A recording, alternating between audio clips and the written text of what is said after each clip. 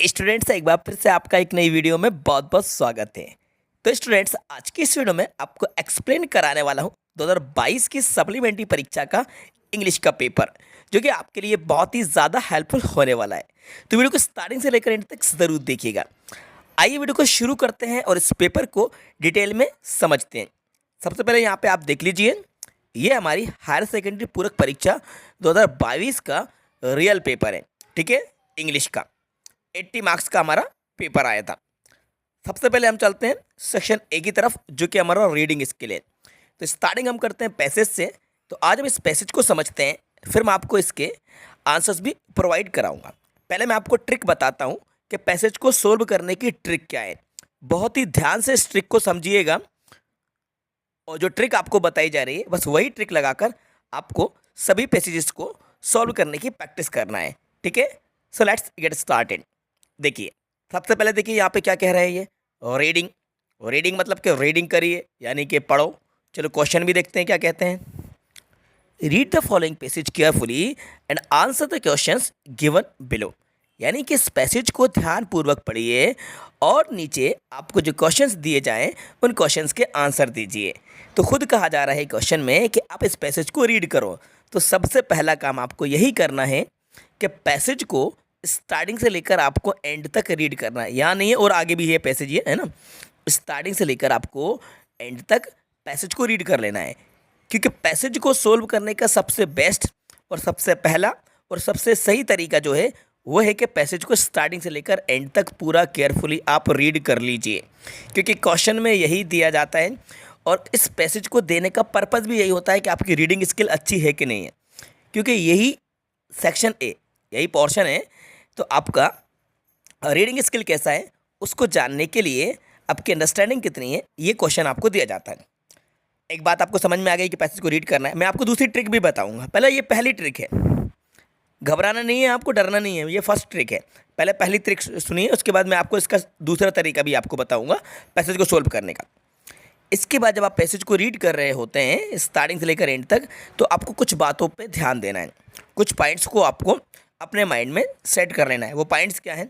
देखो, अगर कोई नेम्स आ रहे हैं तो नेम्स पे आपको ध्यान देना है कि भाई किसी के नेम्स आ रहे हैं, या कोई डेट्स आ रही हैं, डेट्स है, या कोई डे है, या कोई ईयर है, यानी कि कोई सन दी गई है, किसी प्लेस के नाम बताए जा रहे हैं। क्या बता रहे हैं? प्लेस के नाम बताए जा रहे हैं। कुछ रिलेशन बताए जा रहे हैं, कौन किसका क्या है, रिलेशन बताए जा रहे हैं। कुछ नंबर्स दिए जा रहे हैं, या कोई प्रोवर्ब दी है। तो इस तरह की ये जो मोटी मोटी बातें होती हैं ना, इन पे आप बहुत ज़्यादा ध्यान देना, क्योंकि हो सकता है इनसे रिलेटेड क्वेश्चन पूछा जाए और उनका आंसर आपका या तो कोई नेम आ जाए, या कोई डेट पूछ ली जाए, या कोई डे पूछ लिया जाए, या कोई ईयर या रिलेशन, कोई प्रोफेशन, इस तरह से कोई क्वेश्चन का आंसर बन सकता है। इतना आपको समझ आया? ठीक है, फिर आपको क्वेश्चन पढ़ के आंसर देना है। अब देखो दूसरा ट्रिक, कि अब जिनकी रीडिंग स्किल बहुत ज़्यादा अच्छी नहीं है, अच्छे से उनसे रीडिंग नहीं बनती है, अब वो क्या करेंगे? वो ट्रिक नंबर 2 का यूज़ करेंगे। ट्रिक नंबर 2 लगाएंगे। अब ट्रिक नंबर 2 क्या है? ट्रिक नंबर 2 ये है कि आप रीडिंग, क्या बच्चों, रीडिंग बिल्कुल मत करना। ऐसा इसलिए कि अगर आपकी रीडिंग बहुत ज़्यादा अच्छी नहीं है और आपको ट्रांसलेशन समझ नहीं आता है, तो आप रीडिंग में अपना टाइम वेस्ट मत करना। ट्रिक नंबर 2 को फॉलो करना और आप डायरेक्टली आ जाना इसके क्वेश्चन पे। कहाँ आ जाना? क्वेश्चन पे आ गए, और क्वेश्चन पे आके फर्स्ट क्वेश्चन को रीड करना और उसका आंसर आप पैसेज की फर्स्ट लाइन से फाइंड करना स्टार्ट कर देना। सुनो ज़रा ध्यान से, ट्रिक नंबर 2 में क्या करना है? पैसेज को रीड मत करना। अगर आपकी रीडिंग बहुत अच्छी नहीं है, आपको ट्रांसलेशन नहीं बनता है, तो फिर आपका लेवल कम है थोड़ा, तो आप ट्रिक नंबर 2 अपनाना। उस ट्रिक नंबर 2 में क्या करना है? क्वेश्चन को पहले रीड करो और फर्स्ट क्वेश्चन को रीड करके उस फर्स्ट क्वेश्चन के आंसर को आप पैसेज की फर्स्ट लाइन से स्टार्ट करो, क्योंकि कमाल की बात यह है कि फर्स्ट क्वेश्चन का आंसर ज़्यादातर पैसेज की फर्स्ट या सेकेंड लाइन में ही मिल जाता है। पहली, दूसरी, तीसरी लाइन में ही ज़्यादातर, मैं ये नहीं कह रहा 100%, अधिकतर जो आंसर होता है पहले क्वेश्चन का आंसर पहली दूसरी लाइन में मिल जाता है, दूसरे क्वेश्चन का उसके बाद, तीसरे का उसके बाद। ऐसा होता है, 100% नहीं होता, लेकिन 80-90% ये ट्रिक काम करती है। 89% यही होता है कि जैसे जैसे क्वेश्चन सेट होते हैं 1 2 3, वैसे वैसे आंसर भी उस पैसेज में टॉप से लेके बिलो तक मिलते जाते हैं। बस आपको पैसेज को ना पढ़ के, क्वेश्चन को पढ़ के आंसर फाइंड करना है और आंसर देते जाना है। ठीक है, वर्ब को पकड़ना है आपको, कुछ वर्ड को पकड़ना है कि क्या पूछा जा रहा है, थोड़ा बहुत लॉजिक लगाकर आपसे बन जाएंगे। चलो मैं आपको बताता हूँ ट्रिक नंबर 2। ठीक है, ट्रिक नंबर 2 कैसे काम करती है देखो। फर्स्ट क्वेश्चन देखिए, eyes are valuable to us. Eyes are valuable to us. ठीक है, अब ये ऑप्शन है। ठीक है, पहले आप ऊपर जाइए, फिर ऑप्शन को मैच करेंगे। चलते हैं ऊपर, यहाँ देखिए, रीड करते स्टार्टिंग से। ओके, बिकॉज और eyes are so valuable to us, यहाँ से रीड करो। मिला, मैच करा वर्ड। आपको ट्रांसलेशन समझ नहीं आया, लेकिन इतना तो समझ आया, because eyes are so valuable to us. यहाँ पे देखो, both for work and for play. Both, एक तो फॉर वर्क और दूसरा फॉर प्ले।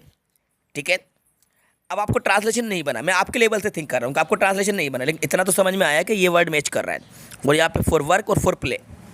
अब आ जाओ ज़रा नीचे, और नीचे देखो आपको क्या दिखेगा। यहाँ पे सिंगल वर्क है, यहाँ पे फॉर प्ले, यहाँ पे फॉर वर्क एंड प्ले, दोनों चीज़ें आ गई और यही हमारा आंसर है। बात समझ में आई? टेक ने काम करा। फॉर वर्क, फॉर प्ले, दोनों ही चीज़ें हमारी थर्ड नंबर के ऑप्शन में मैच कर गई। डांस की बात नहीं कर रहे थे, सिंगल फॉर वर्क की बात नहीं कर रहे, सिंगल प्ले की, यानी कि for work and for play दोनों ही की बात कर रहे थे। अब मैं अपने लेवल से इस क्वेश्चन को एक्सप्लेन कराता हूँ और इसका आंसर बताता हूँ। Eyes are valuable to us, मतलब आइस जो आँखें हैं वो वैल्यूएबल हैं, कीमती हैं हमारे लिए। किसके लिए? हमारे लिए कीमती हैं, और हमारे लिए वो काम करने के लिए और खेलने के लिए, दोनों ही के लिए आँखें हमारे लिए बहुत ही ज़्यादा वैल्यूएबल हैं, बहुत ही ज़्यादा कीमती हैं। ठीक है, क्योंकि आँखें होंगी तभी तो हम खेलेंगे और तभी तो हम काम कर पाएंगे। ठीक है, पहले क्वेश्चन का आंसर कहाँ मिला? फर्स्ट लाइन में मिला। ट्रिक ने काम करा। चलो ठीक है, मज़ा आ रहा है आपको? चलो इसी तरह से आपको बहुत ही अच्छे अच्छे ट्रिक मैं आपको बताता जाऊँगा। चलो सेकंड क्वेश्चन का आंसर बताते हैं। देखो second question, bye using our eyes foolishly it is possible.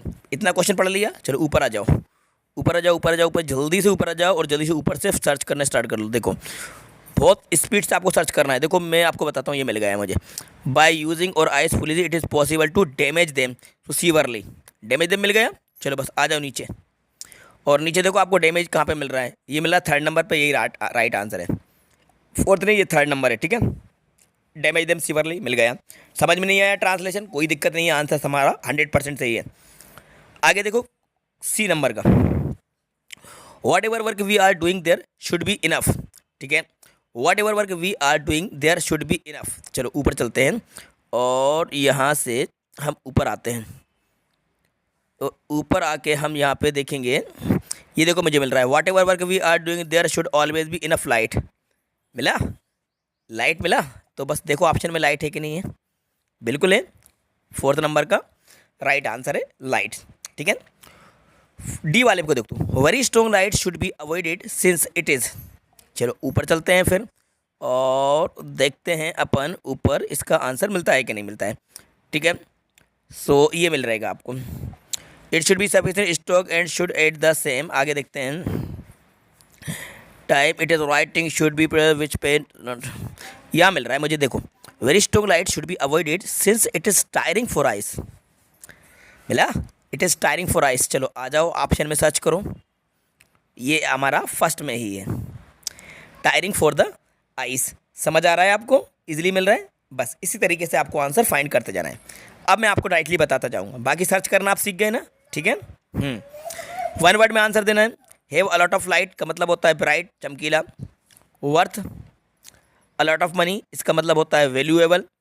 कुछ क्वेश्चन लास्ट इधर आ गए हैं वो, तो मैं यहाँ बताता हूँ, ये है वो। वर्ब फॉर्म पूछिए, सिंपल की वर्ब फॉर्म होती है सिंप्लीफाई। कुछ वर्ब आपको लर्न होना चाहिए। ठीक है, ऑब्जर्व का मतलब यहाँ पे सी निकल रहा है। Unless you have glass to look through lights, तो इसका राइट आंसर होगा थिक डार्क। ये आपको बिल्कुल पैसेज में मिलेगा, 100% पैसेज में मिलेगा। फिल इन द ब्लैंक्स पूछा गया है, थिक डार्क आएगा। आगे बढ़ो, व्हेन रीडिंग और writing the page should be from the ice. देखो ये भी मिलेगा आपको, सब मिलेगा आंसर। मैं आपको ऊपर बताता हूँ, ये आपको ऊपर मिलेगा। ये आपको कहाँ मिलेगा? Step on the certain soil Sandy फिर ये इसने ये पैसे यहाँ था, ये तो उसमें आ गया था आपका थोड़ा सा। ये आपको मैं इस क्वेश्चन को दिखाता हूँ आंसर। ये मिलेगा आपको, देखो ये मिला आपको 12 इंच, 12 इंच। ठीक है, ये 12 इंच है। तो बस आ जाते हैं नीचे, और कहाँ दिया है 12 इंच? 12 इंच, 12 इंच ये दिया है आपका। तो ये हमारा राइट आंसर 4th नंबर का 12 इंच। ठीक है, इस तरीके से ये हमारा पैसेज था। 10 मार्क्स का आपका पैसेज था। इस 10 मार्क्स में से अब आप मेहनत करके 7-8 नंबर तो ला सकते हो कि नहीं ला सकते? 100% ला सकते हो। और आप अगर अच्छी तैयारी करते हो तो 10 आउट ऑफ 10 मार्क्स लेके आओगे। चलो अब देखो, ये नेक्स्ट क्वेश्चन किस चीज़ का आया था? You are Megha Verma secretary of your school write a notice आया था। ठीक है, तो ये नोटिस को हम बाद में सोल्व करेंगे, इसको देख लेना आप, इसकी प्रैक्टिस कर लेना। और यहाँ पे 7 एनिमल्स का ये हमारा पोस्टर था, इसकी प्रैक्टिस करके देख लेना 7 एनिमल्स। ठीक है, और यहाँ पे आप देख लीजिए, ये हमारा लेटर है, गार्बेज वाला है, और यहाँ पे समर वेकेशन वाला है। ठीक है, इसकी प्रैक्टिस करके देख लेना इंग्लिश के बारे में। और ये आप चलो आगे बढ़ो, ग्रामर पे आते हैं। अब मैं आपको इसकी ग्रामर बताता हूँ, ग्रामर समझते हैं। देखा, ठीक है, 10 मार्क्स की आपकी ग्रामर आएगी। शी इज़ अफ्रेड कॉकरोच है। ये थोड़ा सा आपको क्लियर नहीं दिख रहा होगा, लेकिन एडजस्ट कर लेना, मैनेज कर लेना, मैं आपको रीड करके बताता हूँ। शी इज़ अफ्रेड कॉकरोच लिखा है। ठीक है, तो यहाँ पे ऑफ आएगा, क्योंकि अफ्रेड के साथ ऑफ आता है। इसको आप नोट करते जाना अपनी नोटबुक में। अफ्रेड ऑफ होता है, अफ्रेड ऑफ मतलब होता है भयभीत होना या डरना। तो she is afraid of cockroach. अब आप बताइए मुझे, आपको किस चीज़ से डर लगता है? आपको डॉग से लगता है, लिजर्ड से डर लगता है, उसे तो भाई कॉकरोच से डर लगता है। आपको किससे डर लगता है? तो I am afraid of dogs, I am afraid of lizard, I am afraid of animals, I am afraid of lion, tiger. इस तरह से आप बता देना आपको अगर किसी चीज़ से डर लगता है तो। ठीक है, तो अफ्रेड के साथ ऑफ लगा देना। आगे बढ़ते हैं। Mohan is my friend who lives in London. तो यहाँ पे हु आएगा, क्योंकि पर्सन वाली बात चल रही है। मोहन सब्जेक्ट है, तो यहाँ पे रिलेटिव प्रोनाउन है, तो रिलेटिव प्रोनाउन में हु आएगा, जिसका मतलब होगा यहाँ पे जो। ठीक है, तो Mohan is my friend who lives in London. Mohan मेरा दोस्त है जो लंदन में रहता है। कौन रहता है? मोहन रहता है। आगे बढ़ते हैं। They will get good marks if they work hard. तो यहाँ पे इफ़ आएगा, जिसका मतलब होगा यदि, कंडीशन वाली बात है। यदि वे कठिन परिश्रम करेंगे तो अच्छे मार्क्स मिलेंगे। If we heat gold it melts आएगा। यदि हम गोल्ड को हीट करते हैं, यानी कि उसको तपाते हैं, तो वो क्या होता है? वो पिघलता है। मेल्ट मतलब होता है पिघलना, और इट सिंगुलर सब्जेक्ट है, इसलिए यहाँ पे वर्ब में एस लगा है। क्या लगा है? एस। तो गोल्ड इट मेल्ट्स, मेल्ट्स मतलब पिघलना, इट सिंगुलर है, इसलिए इट के साथ वर्ब में एस लगा है। Mister Sharma is the best teacher of English. यहाँ पे द आएगा, ए नहीं आएगा, ये ए में को मत देखना आप। सुपरलेटिव डिग्री है बेस्ट, गुड, बेटर और बेस्ट ऊपर ही लिखा है। गुड अच्छा, बेटर उससे अच्छा, और बेस्ट सबसे अच्छा। तो सुपरलेटिव डिग्री के पहले आर्टिकल द लगता है।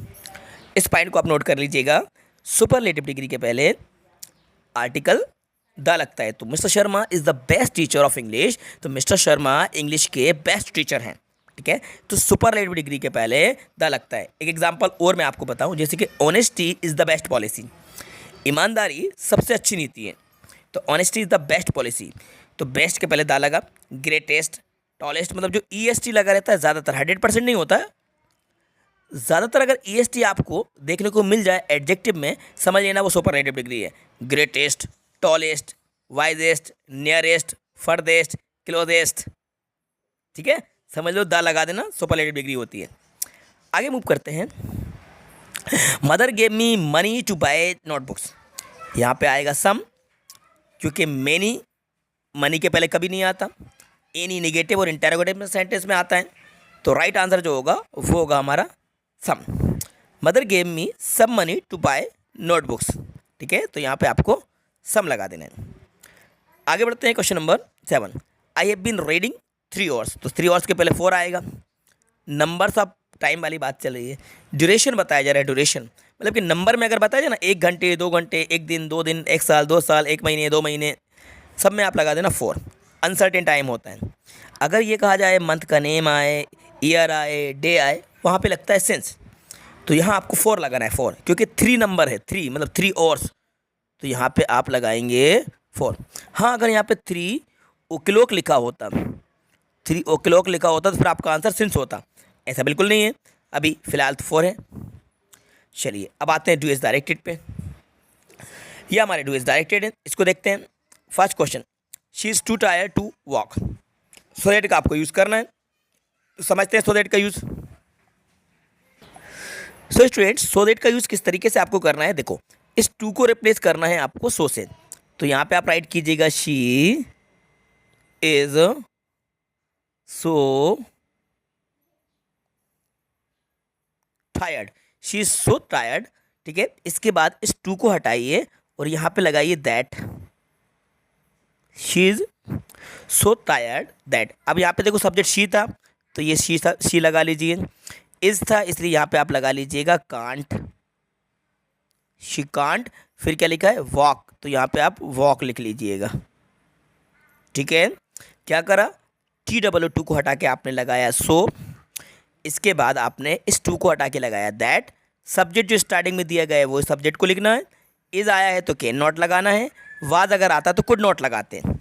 इज है इसलिए कांट, वाज अगर होता तो कुड नॉट लगाते हैं। ठीक है, she is so tired that she can't walk, वे इतनी थकी हुई है कि वे नहीं चल सकती है, ये इसका मतलब है।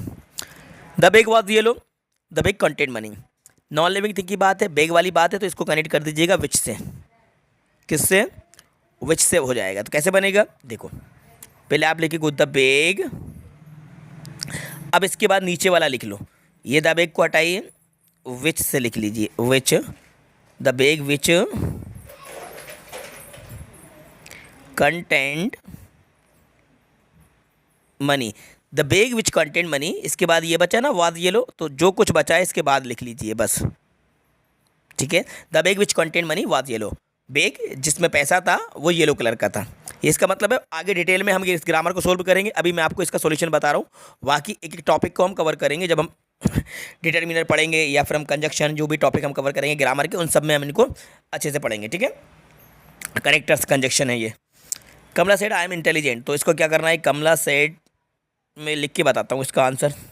राम है, सॉरी राम है यहाँ पर, Ram said, comma inverted comma को हटा के लगाते हैं दैट, आई का बन जाएगा यहाँ पे ही, एम का लग जाएगा, पास्ट में चले जाएगा वाज इंटेलिजेंट। ये पूरा लिख लेना आप लोग। Rama said that he was intelligent, ये हमारा इनडायरेक्ट स्पीच हुआ। माई father is reading a news paper, तो इसका पैसे बनेगा अ newspaper is reading by my father. क्या आएगा पहले object, a newspaper is, continues की बात है तो being read by my father, ये इसका पैसिव है।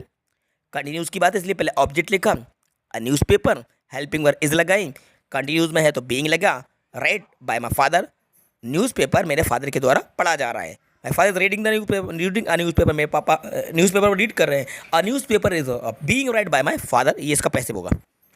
To see you is a real pleasure, it का यूज़ करना है तो स्टार्टिंग आप इट से करिए, it is a real pleasure, ये आएगा। फिर टू सी यू ऐसा हो जाएगा लास्ट में, it is a real pleasure to see you, ये आएगा। आपको इट से शुरू करना है, इट इज़ के पहले it is a real pleasure, यहाँ से आएगा it is a real pleasure, उसके बाद टू सी यू लगा दीजिएगा। आगे बढ़ते हैं। द पुलिस मैन केच the thief red handed yesterday, verb की करेक्ट फॉर्म का यूज़ करना है तो पास्ट पे एक बात है। तो यहाँ पे लिखा है यस्टरडे, और यस्टरडे मतलब होता है पास्ट, बीता हुआ कल।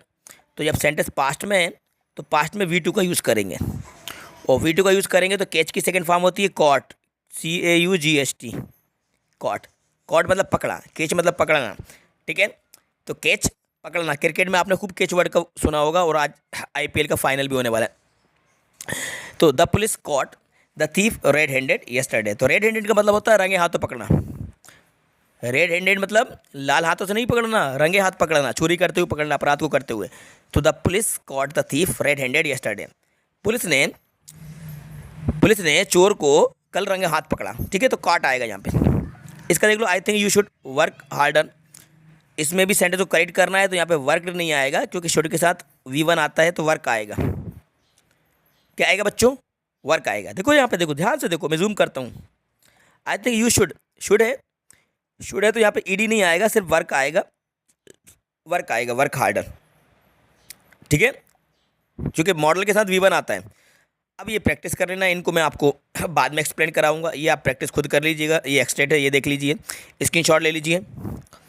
ये पोएम का है और ये क्वेश्चन आंसर आए थे आपके, स्क्रीनशॉट लेते चलिए आप इनके, ठीक है। ये आप ले लीजिए स्क्रीनशॉट, इनको आप लर्न करिए, प्रैक्टिस करिए इनकी। कुछ क्वेश्चन आपके रिपीट हो सकते हैं, ये स्क्रीनशॉट ले लीजिए, ठीक है। क्योंकि पॉसिबल नहीं है कि पूरा पेपर आपको एक्सप्लेन कराया जाए, अभी जितना पॉसिबल था उतना मैंने आपको एक्सप्लेन करा दिया, क्योंकि वीडियो बहुत ज़्यादा लंबा हो जाएगा और आपको बोरिंग लगने लगेगी, ठीक है। इसलिए जितना पॉसिबल था वो मैंने आपको एक्सप्लेन करा दिया है। आप लोग की बहुत ज़्यादा डिमांड आ रही थी, इसलिए ये डिमांडिंग वीडियो थी और अब मैंने सीरीज़ स्टार्ट कर दी है। अब मैंने कमर कस ली है, तो आप भी कमर कस लीजिए और पूरी तरह से तैयार हो जाइए मेहनत करने के लिए। इस बार आपको फोड़ देना है और इंग्लिश में डिस्टेंशन लगाना है, जी जान आपको लगा देना है, मेहनत आपको करना है। आई होप स्टूडेंट्स वीडियो आपको पसंद आई होगी, इस वीडियो से आपको बहुत कुछ हेल्प मिली होगी। तो वीडियो को ज़रूर लाइक कीजिएगा, अपने सभी फ्रेंड्स के साथ ज़्यादा से ज़्यादा शेयर भी कीजिएगा। अगर आपका मोटिवेशन, अगर आपका सपोर्ट मिलता रहेगा तो मैं भी आपके लिए अच्छी से अच्छी वीडियोज़ लाता रहूँगा। चैनल पर नए हैं तो चैनल को सब्सक्राइब ज़रूर कर लीजिएगा। Thanks for watching.